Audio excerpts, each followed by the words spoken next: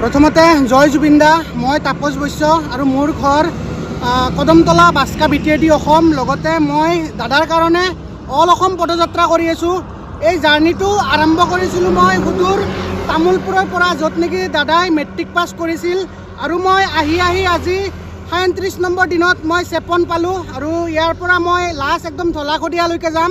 ধলাশদিয়াৰ পৰা একদম আপোনাৰ তিনিচুকীয়া হৈ সেনেকৈ আপোনাৰ গহপুৰ হৈ সেনেকৈ আকৌ মই বাইহাটা চাৰিআলি ওলাম। গতিকে যিহেতু মই দাদাৰ কাৰণে আহিছোঁ আৰু দাদাই যিহেতু নাহৰ পুলি ভাল পাইছিলে, সেইকাৰণে মই স্কুল, কলেজ, মন্দিৰ, মছজিদত যিমানখিনি পাৰোঁ মই নাহৰ পুলি ৰুবলৈ চেষ্টা কৰিছিলোঁ। আৰু দাদাই যিহেতু কৈছে যে য'ত নাহৰ থাকে তাত মই থাকিম, গতিকে এই জাৰ্ণি মই দাদাৰ কাৰণে কৰি আছোঁ।